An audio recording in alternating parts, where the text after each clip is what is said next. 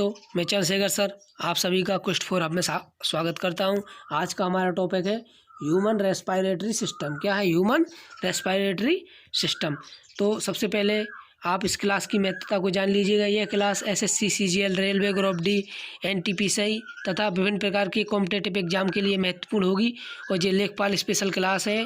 और इसके साथ साथ नीट जैसे कॉम्पिटेटिव एग्जाम और विभिन्न प्रकार के वेटरनरी और जितने भी एग्ज़ाम होते हैं जिनमें साइंस आती है उसके लिए ये बहुत ही महत्वपूर्ण होने वाली है, क्योंकि इस क्लास में हम जीरो लेवल से उच्च लेवल तक क्या करते हैं, प्रश्नों के बारे में अध्ययन करते हैं, फिर उससे संबंधित फैक्ट समझते हैं और फिर बाद में क्या करेंगे, क्वेश्चनों की सीरीज लगाएंगे।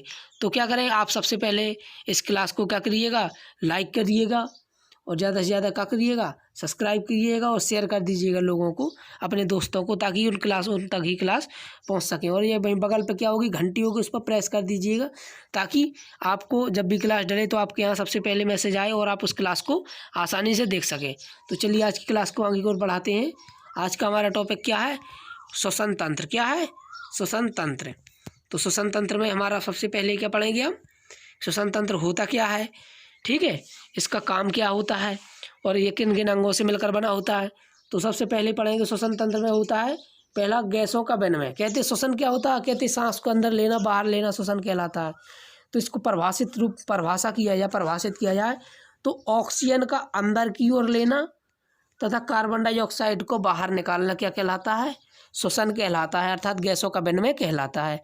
ऑक्सीजन का अंदर लेना, कार्बन डाइऑक्साइड का बाहर निकालना गैसों का विनिमय अर्थात श्वसन कहलाता है। इसका जो मुख्य अंग होता है ना, वो लंग्स होता है। क्या होता है, लंग्स। क्या कहता है, लंग्स। लंग्स मीन्स फेफड़े। तो श्वसन तंत्र का प्रमुख अंग क्या होता है, लंग्स होता है। यह उसकी संरचना क्या है, लंग्स की संरचना। देखिए यहाँ पर होता है नासिका, नाक से हमने सांस ली, इस प्रकार से आता है। ये तो लैरिंग्स क्या होता है, लैरिंग्स। लैरिंग्स के बाद क्या होता है, ये ट्रैकिया। क्या होता है, ट्रैकिया। ट्रैकिया के बाद ये क्या होता है, वक्ष में अर्थात छाती के पास में जब पहुंचता है ट्रैकिया, तो देखिए ये ट्रैकिया दो भागों में बढ़ जाता है। इसको कहते हैं ब्रोंकाई। क्या कहते हैं, ब्रोंकाई कहते हैं। क्या कहते हैं, ब्रोंकाई कहते हैं। तो कितने ब्रोंकाई होते हैं, दो होते हैं, एक जी है एक जी है। ये छाती में जाकर के दो भागों में बढ़ जाता है। ट्रैकिया के ही दो भाग होकर के ब्रोंकाई बनते हैं। और ये ब्रोंकाई छोटी छोटी किस में बढ़ जाता है, देखिएगा कितनी छोटे छोटे बढ़ गया है। ये होता है ब्रोंकियोल्स। क्या होता है, इनको याद रखेंगे नाम, ब्रोंकियोल्स। क्या होता है ये, ब्रोंकियोल्स। और ब्रोंकियोल्स होते हैं ना, ये छोटे छोटे वायु कोशों में खुलते हैं। किस में खुलते हैं, वायु कोशों में। तो सबसे पहले ये आते हैं नासिका मार्ग, नासिका मार्ग से लैरिंग्स, लैरिंग्स से होकर ट्रैकिया, ट्रैकिया के बाद क्या होता है ब्रोंकाई और ब्रोंकियाई से ब्रोंकियोल्स में डिवाइड होकर के ब्रोंकियोल से क्या होता है, एल्वियोली अर्थात वायु कोश में खुल जाते हैं। तो आगे की ओर अध्ययन करेंगे, आपको डिटेल में अध्ययन करेंगे। देखिएगा पहले क्या आता है, अंग कौन कौन से भाग लेते हैं इसमें, नासिका मार्ग से वायु कहाँ जाती है, पहले ग्रसनी, हमने बताया ग्रसनी से क्या पहुँचती है, ट्रैकिया, ट्रैकिया से ब्रोंकाई, ब्रोंकाई से ब्रोंकियोल्स और ब्रोंकियोल से लंग्स। ट्रैकिया हमने दो भाग बताए थे जो छाती में पहुँच करके, ठीक है ना। ट्रैकिया के दो भाग में बढ़ जाता है तो उसको क्या कहते हैं, ब्रोंकाई दायां, ब्रोंकाई बायां। ब्रोंकियाई क्या होती है, ब्रोंकियोल्स में डिवाइड होकर के लंग्स में प्रवेश कर जाती है। अब जो श्वसन, ठीक है, तो इस प्रकार से ये श्वसन मार्ग हो जाता है। क्या हो जाता है, श्वसन का मार्ग, कहाँ कहाँ से वायु अंदर प्रवेश करती है, लंग्स तक। अब देखिएगा जो श्वसन प्रक्रिया है, इसके कितने भागों के द्वारा श्वसन प्रक्रिया कंप्लीट होती है। तो ये श्वसन प्रक्रिया होती है ना, वो 4 भागों में कंप्लीट होती है। कितने में, 4 भागों में। बाह्य श्वसन, बाह्य श्वसन क्या होता है, ऑक्सीजन का बाहर से अंदर लेना, कार्बन डाइऑक्साइड को बाहर निकालना, बाह्य श्वसन कहलाता है। गैसों का परिवहन, जो विभिन्न प्रकार की कार्बन डाइऑक्साइड गैस है या अन्य गैसें हैं वो किस प्रकार से शरीर से बाहर निकलती हैं, इसको बारे में अध्ययन करेंगे, कैसे परिवहन होता है। आंतरिक श्वसन क्या होता है, कोशिका के अंदर आंतरिक श्वसन होता है, कोशिका के अंदर किस प्रकार से अंतर होता है आंतरिक श्वसन, इसको समझेंगे। और कोशिकीय श्वसन समझेंगे, ठीक है। इसके पहले आप इस चित्र को अच्छे से समझ लीजिएगा। ये नेजल कैविटी अर्थात नोज, नोज से वायु प्रवेश करती है, हमने बताया। तो फेरेंक्स में जाती है, फेरेंक्स के बाद लैरिंग्स में बताए थे हमने, लैरिंग्स में पहुंचती है, लैरिंग के बाद कहाँ पहुंचती है, ब्रोंकियाई में पहुंचती है। किसमें, यहाँ किस में पहुंचती है, ट्रैकिया में। ट्रैकिया में क्या होता है, लंग्स दो भागों में बढ़ जाता है, उसको क्या कहते हैं, ब्रोंकियोल्स कहते हैं, ब्रोंकाई कहते हैं। क्या कहते हैं, ब्रोंकाई कहते हैं। और ब्रोंकाई छोटी छोटी किस में बढ़ जाता है, ब्रोंकियोल्स में। और जो होते हैं ना ब्रोंकियोल्स, वो कहते हैं वायु कोश, अर्थात उसको कहते हैं एल्वियोली। एल्वियोली, क्या कहते हैं, एल्वियोली, अर्थात उसी को वायु कोश कहते हैं। इस प्रकार से हमारा नासिका का क्या होता है, मार्ग होता है। इस क्षेत्र में आप अच्छे से समझ लीजिएगा। यहाँ से क्या होता है, वायु इस प्रकार से अंदर आती है और इस प्रकार से क्या होती है, लंग्स में अब यहाँ से लंग्स के थ्रू क्या होता है, ब्लड आता है, क्या आता है, रक्त आता है। और रक्त की क्या होती है, कार्बन डाइऑक्साइड फेफड़ों में छोड़ दी, लंग्स में छोड़ दी जाती है और यहाँ से ऑक्सीजन ब्लड के थ्रू मिलकर के शरीर के विभिन्न अंगों तक पहुँचा दी जाती है। ठीक है, तो इस प्रकार से आगे की ओर अध्ययन करेंगे। अब हमने बताया था जो श्वसन है ना, श्वसन प्रक्रिया बताई हमने, तो 4 भाग बताए थे, बाह्य श्वसन, गैसों का परिवहन, आंतरिक श्वसन और कोशिकीय श्वसन। अब इसके बारे में एक एक के बारे में अच्छे से अध्ययन करेंगे। तो सबसे पहले आता है हमारा बाह्य श्वसन। क्या आता है, बाह्य श्वसन। ठीक है, चलिएगा, बाह्य श्वसन के बारे में हम अध्ययन करेंगे। पहले ये बाह्य श्वसन देखिएगा। बाह्य श्वसन हमने बताया, तो बाह्य श्वसन 2 प्रकार का होता है। किस प्रकार का होता है बाह्य श्वसन, 2 प्रकार का होता है। एक कहते हैं श्वासोच्छ्वास और दूसरा होता है गैसों का विनिमय।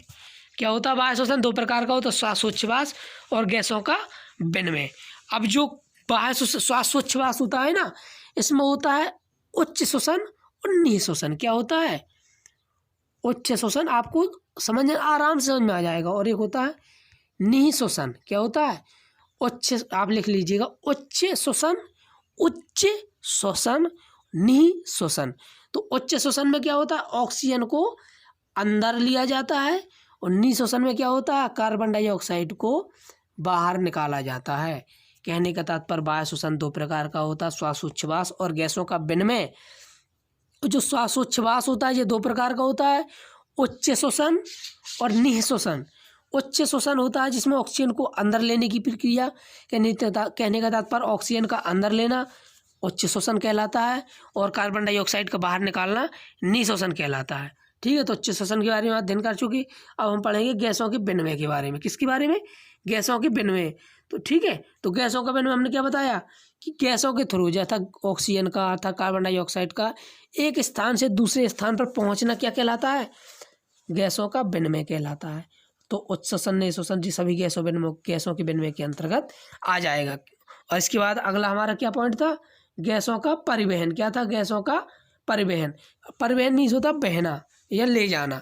तो गैसों का परिवहन कैसे होगा, इसके बारे में हम अध्ययन करेंगे अब। ठीक है, गैसों का परिवहन। तो गैसों का परिवहन के लिए हम क्या करेंगे, आपको पता है कि नोज के थ्रू अर्थात नासिका के थ्रू कहाँ पर आ जाती है, लंग्स में आ जाती है वायु।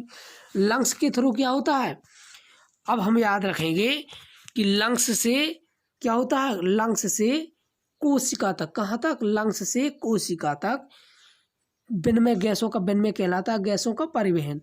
ऊपर तो था गैसों का विनिमय जिसको बाह्य श्वसन कहते थे। तो याद रखना, बाह्य श्वसन होता है वो नासिका से लंग्स तक अर्थात फेफड़ों तक के श्वसन को कहते हैं।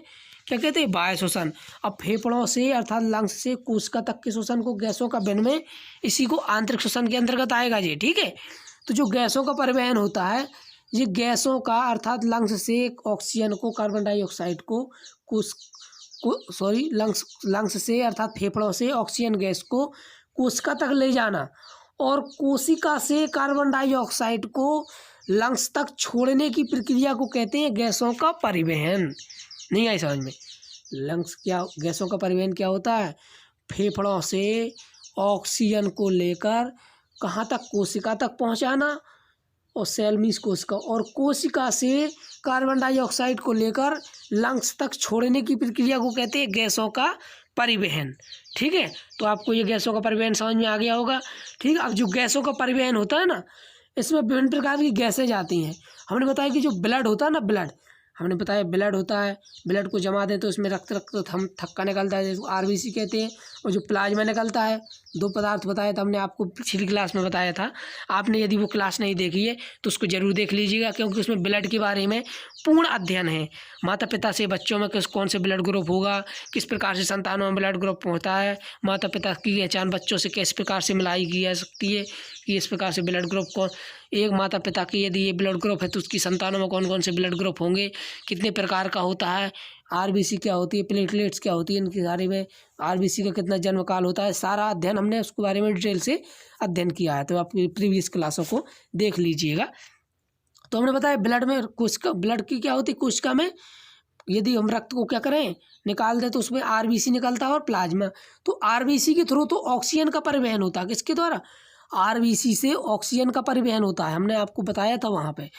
अब जो आरबीसी से जो प्लाज्मा निकला है ना, वो कार्बन डाइऑक्साइड का परिवहन करता है, किसका? कार्बन डाइऑक्साइड का। तो जो कार्बन डाइऑक्साइड होती है ना, वो कोशिका के अर्थात रक्त के प्लाज्मा से क्या करता है? क्रिया करता है, अर्थात मिलकर के क्या बनाता है? कार्बोनिक अम्ल बनाता है। क्या करता है? कार्बोनिक अम्ल। और ये कार्बोनिक अम्ल विभिन्न प्रकार के पसीना या विभिन्न प्रकार के अपद्रव्य या अपशिष्ट पदार्थों के थ्रू क्या करता है? शरीर से बाहर निकलता है। यह होता है ना कार्बोनिक अम्ल, शरीर से 7% रूप में क्या करता है? कार्बन डाइऑक्साइड का वहन करता है। कहने का तात्पर्य है जो कार्बन डाइऑक्साइड का परिवहन है ना, वो कार्बोनिक अम्ल के रूप में 7% रूप में निकलता है, 7% मात्रा में निकलता है। कार्बोनिक अम्ल बनता क्या है? कैसे? ये कार्बन डाइऑक्साइड होती है ना, वो रक्त की प्लाज्मा से क्रिया करके कार्बोनिक अम्ल बनाती है। इस प्रकार का जो कार्बन डाइऑक्साइड का परिवहन होता है वो 7% होता है। दूसरा है कार्बन डाइऑक्साइड सोडियम या पोटेशियम से क्रिया करती है, किसके? सोडियम और पोटेशियम के साथ क्रिया करती है और क्या बनाती है? सोडियम या पोटेशियम बाइकार्बोनेट। ये पूरा है, सोडियम कार्बोनेट कह दें या पोटेशियम कार्बोनेट कह दें, तो क्या करती है? जो कार्बन डाइऑक्साइड होती है ना, वो सोडियम और पोटेशियम से क्रिया करके क्या बनाती है? सोडियम कार्बोनेट, सोडियम बाइकार्बोनेट या पोटेशियम बाइकार्बोनेट। और इस प्रकार से कार्बन डाइऑक्साइड का परिवहन कितना होता है? 70%, सबसे ज़्यादा। तो क्वेश्चन आता है कार्बन डाइऑक्साइड का परिवहन सबसे ज़्यादा किसके थ्रू होता है? तो का बाइकार्बोनेट के रूप में। कितना? 70% होता है बाइकार्बोनेट के रूप में। तो इस प्रकार से कार्बन डाइऑक्साइड का परिवहन आपने समझा कार्बोनिक अम्ल और बाइकार्बोनेट के रूप में। कार्बोनिक अम्ल से 7% और बाइकार्बोनेट से 70%। कैसे बनता है? कार्बन डाइऑक्साइड प्लाज्मा से मिलकर कार्बोनिक अम्ल बनाता है, कार्बन डाइऑक्साइड सोडियम से मिलकर के बाइकार्बोनेट और पोटेशियम से मिलकर के पोटेशियम बाइकार्बोनेट बनाता है। ठीक है, इस प्रकार से क्या होता है? कार्बन डाइऑक्साइड का परिवहन होता है। अब हमने वायु शोषण पढ़ लिया, क्या पढ़ लिया? गैसों का परिवहन पढ़ लिया, वायु शोषण पढ़ लिया। अब हम पढ़ेंगे आंतरिक शोषण। आंतरिक शोषण क्या होता है? ब्लड क्या होता है? बाहर से नासिका के थ्रू लंग्स में आ गया, लंग्स से कोशिका में पहुंच गया, अब कोशिका से रक्त में भी पहुंच गया है ना, रक्त से वो पहुंच गया था। अब क्या होता है? रक्त के थ्रू ही तो कोशिका में पहुंचता है। अब रक्त क्या करता है? रक्त क्या करता है? जो आंतरिक शोषण में रक्त के थ्रू जो कोशिका, रक्त के थ्रू जो ऑक्सीजन आई है वो कोशिका द्रव्य में पहुंच जाता है। कहाँ पहुंच जाता है? कोशिका द्रव्य में। कहने का तात्पर्य ऑक्सीजन है, जो ऑक्सीजन गैस है वो कहाँ पहुंची? रक्त में और कार्बन और कोशिका के द्रव्य में, अर्थात इसको कहते हैं कोशिका द्रव्य अर्थात साइटोप्लाज्म। तो कोशिका द्रव्य और रक्त, इन दोनों के थ्रू जो शोषण होता है ना, वो कहलाता है आंतरिक शोषण। अर्थात रक्त के थ्रू ऑक्सीजन का ले जाना और कोशिका में पहुंचाना और कोशिका में प्रयोग होना, ये क्रिया होती है आंतरिक शोषण। आए समझ में? आंतरिक शोषण क्या होता है? लंग्स के थ्रू ब्लड के थ्रू अर्थात रक्त ने लंग्स से अर्थात फेफड़ों से ऑक्सीजन को लिया और कहाँ पहुंचाया? कोशिका में पहुंचाया, कोशिका की कोशिका द्रव्य में। और वहाँ पर क्या हुआ? कोशिका का और ऑक्सीजन का उपयोग हुआ और इस प्रक्रिया को, इस पूरी प्रक्रिया अर्थात संपूर्ण प्रक्रिया को क्या कहा गया? आंतरिक शोषण कहा गया। ठीक है, अब होता है, हमने बताया था आंतरिक शोषण के बाद बताया था कोशिकीय शोषण। इसको कहते हैं सेलुलर रेस्पायरेशन अर्थात कोशिकीय शोषण। तो कोशिकीय शोषण में क्या होता है? जो ग्लूकोज होता है ना, क्या होता है? ग्लूकोज, जो ग्लूकोज होता है वो ग्लूकोज को क्या करता है? ऑक्सीजन से क्रिया करता है, अर्थात ऑक्सीजन का काम होता है जलाना। तो ऑक्सीजन क्या करता है? ग्लूकोज का दहन करता है, जलाता है और उससे क्या निकलती है? एनर्जी निकलती है, ऊर्जा। ऊर्जा किस रूप में? एटीपी, एडिनोसिन ट्राइफॉस्फेट के रूप में ऊर्जा निकलती है, जिससे हमारे शरीर को कार्य करने की ताकत मिलती है। ठीक है, तो क्यों होती है ताकत? कहाँ से मिलती है? जब हम कोशिका के अंदर ग्लूकोज का क्या होता है? ऑक्सीकरण होता है। ऑक्सीकरण क्या होता है? कोशिका द्वारा ग्लूकोज का ऑक्सीकरण प्रक्रिया के द्वारा क्या होता है? ऑक्सीजन को जलाया जाता है, अर्थात ऑक्सीजन का खपत होता है। जिस प्रकार से ईंधन से बाइक में पेट्रोल डालने से क्या होता है? जलने से उससे एनर्जी निकलती है, बाइक चलती है। इसी प्रकार से कोशिका के अंदर क्या होता है? ऑक्सीजन ग्लूकोज का दहन करता है और एनर्जी एटीपी के रूप में निकलती है और हमारे शरीर को कार्य करने की एनर्जी प्रदान करती है, ऊर्जा प्रदान करती है। तो यह क्रिया क्या कहलाता है? कोशिकीय शोषण। यह पूरी प्रक्रिया कहाँ होती है? कोशिका के अंदर होती है, इसलिए इसको क्या कहा गया, कोशिकीय श्वसन कहा गया। अब हमने प्रक्रिया बता दिया कि किस प्रकार से प्रक्रिया, 4 प्रक्रिया होती है, इन प्रक्रियाओं के थ्रू क्या होता है, श्वसन होता है। और यह भी बता दिया आपको श्वसन में कौन कौन से अंग होते हैं, सबसे प्रमुख अंग लंग्स होता है, यही बता दिया। अब श्वसन कै प्रकार का होता है इसके बारे में अध्ययन करें। तो श्वसन होता है 2 प्रकार का 2 प्रकार का। नंबर 1 ऑक्सी श्वसन, क्या होता है, नंबर 1 ऑक्सी और दूसरा होता है अनॉक्सी। ऑक्सी मतलब जहाँ पर ऑक्सीजन का प्रयोग किया जाए, अनॉक्सी मतलब जहाँ पर आमाने नहीं, जहाँ पर ऑक्सीजन का प्रयोग ना हो। तो सबसे पहले पढ़ेंगे हम अनॉक्सी श्वसन। क्या, अनॉक्सी श्वसन, आमाने नहीं, ऑक्सी माने ऑक्सी, जहाँ पर ऑक्सीजन का प्रयोग ना हो, अर्थात जब भोजन का ऑक्सीकरण ऑक्सीजन की अनुपस्थिति में हो, अर्थात ऑक्सीजन का प्रयोग ना किया जाए, तो श्वसन को क्या कहते हैं, अनॉक्सी श्वसन कहते हैं। इस श्वसन के थ्रू, अर्थात अनॉक्सी श्वसन के थ्रू क्या बनता है, लैक्टिक अम्ल बनता है। क्या बनता है, लैक्टिक अम्ल। जो विभिन्न प्रकार के व्यक्ति होते हैं ना, विभिन्न व्यायाम बहुत ज़्यादा कर लेते हैं या दौड़ लगा लेते हैं तो थक जाते हैं, पैरों क्या करते, दर्द करने लगती। क्यों करने लगती, क्योंकि उनके पैरों में क्या हो जाता है, लैक्टिक अम्ल क्या हो जाता है, जमाव हो जाता है। लैक्टिक अम्ल का क्या हो जाता है, जमाव हो जाता है, जिससे उनके पैर दर्द करने लगते हैं और थकान महसूस हो जाती है। तो क्वेश्चन आता है, व्यक्ति व्यायाम करते समय उसको थकान क्यों महसूस होती है, क्योंकि उसके शरीर में अर्थात पैरों में लैक्टिक अम्ल का जमाव हो जाता है। अब ये लैक्टिक अम्ल बनता कहाँ से, अनॉक्सी श्वसन के द्वारा। जब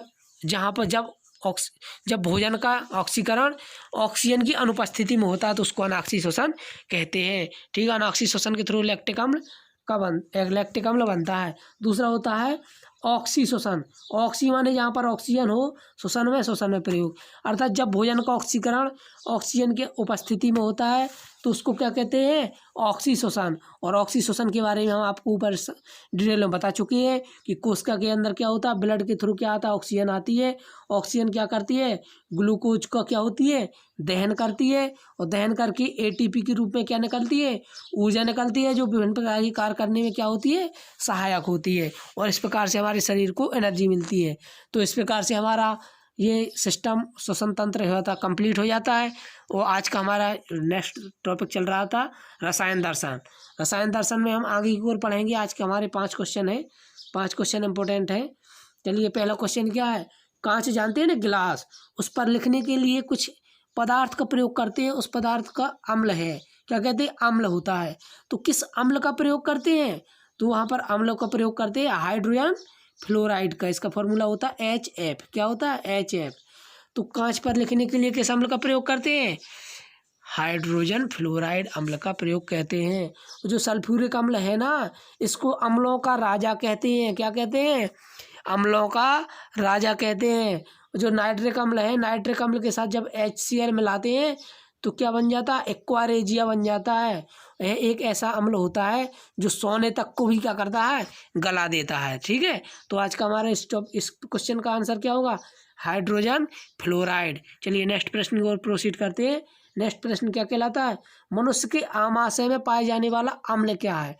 हम आपको डाइजेशन वाले सिस्टम में आपको अच्छे से बता चुके हैं। आमाशय को कहते हैं स्टोमच। क्या कहते हैं, स्टोमच। तो जो स्टोमच होता है ना, उसमें कौन सा अम्ल पाया जाता है, HCl। क्या पाया जाता है, HCl। आपको हम अच्छे से बता चुके हैं, जो होता है अम्लीय होता है। ठीक है, चलिए नेक्स्ट प्रश्न को प्रोसीड करते हैं। नेक्स्ट प्रश्न क्या कहता है, हाइड्रोक्लोरिक अम्ल, अर्थात इसको क्या होता है, HCl का अन्य नाम क्या है। तो हाइड्रोक्लोरिक अम्ल होता है ना, इसका अन्य नाम क्या होता है, इसका अन्य नाम होता है म्यूरिएटिक अम्ल। क्या कहते हैं, क्या कहते हैं, म्यूरिएटिक अम्ल कहते हैं। तो हाइड्रोक्लोरिक का अन्य नाम क्या होता है, म्यूरिएटिक अम्ल कहते हैं। चलिए नेक्स्ट प्रश्न को प्रोसीड करते हैं। जी इंपॉर्टेंट है, क्या है, इंपॉर्टेंट। वायुयान जानते हैं ना, वायुयान आपने देखा होगा, ये रनवे पर चलते हैं तो बहुत तेज़ी से दौड़ते हैं। अब उसमें जो गैस भरते हैं ना अपन टायरों में, बाइक में, वो गैस नहीं भरते, क्योंकि उसका वजन ज़्यादा हो जाएगा तो उड़ नहीं पाएंगे। तो उनके टायरों में कौन सी गैस का प्रयोग किया जाएगा, तो उस गैस का प्रयोग किया जाएगा जो हवा से हल्की हो, ताकि उड़ने में आसानी हो। तो उसका क्या होता है, तो हीलियम का प्रयोग करती है। कौन सी गैस होती है, हीलियम। इसका फॉर्मूला क्या होता है, तत्व चिन्ह क्या होता है, He। नाइट्रोजन के बारे में आपको बता चुके, वायुमंडल में सबसे अधिक मात्रा क्या होती है, 78%। ठीक है, ऑक्सीजन की क्या होती है, 21%। आपको ये हम आपको अच्छे से बता चुके हैं। चलिए नेक्स्ट क्वेश्चन की ओर प्रोसीड करते हैं। हमारा नेक्स्ट क्वेश्चन क्या है, नेक्स्ट क्वेश्चन है, जो सामान्यता जो आप जानते हैं ना, भविष्य जानते हैं, तो भविष्य में कौन से ईंधन की आशा है। आप जानते हैं जो पेट्रोल डीजल है, जैविक ईंधन है, ये धीरे धीरे क्या हो रही है, इसका उत्पादन तो बहुत कम हो रहा है, लेकिन खपत क्या हो रही है, बहुत ज़्यादा हो रही है। तो भविष्य में कौन से ईंधन का प्रयोग करेंगे।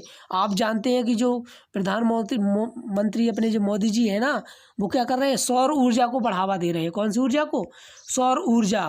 वो आपको हम बता चुके हैं, जो सूर्य है ना, उसमें सबसे अधिक मात्रा में कौन पाया जाता है, हाइड्रोजन। क्या पाया जाता है, हाइड्रोजन।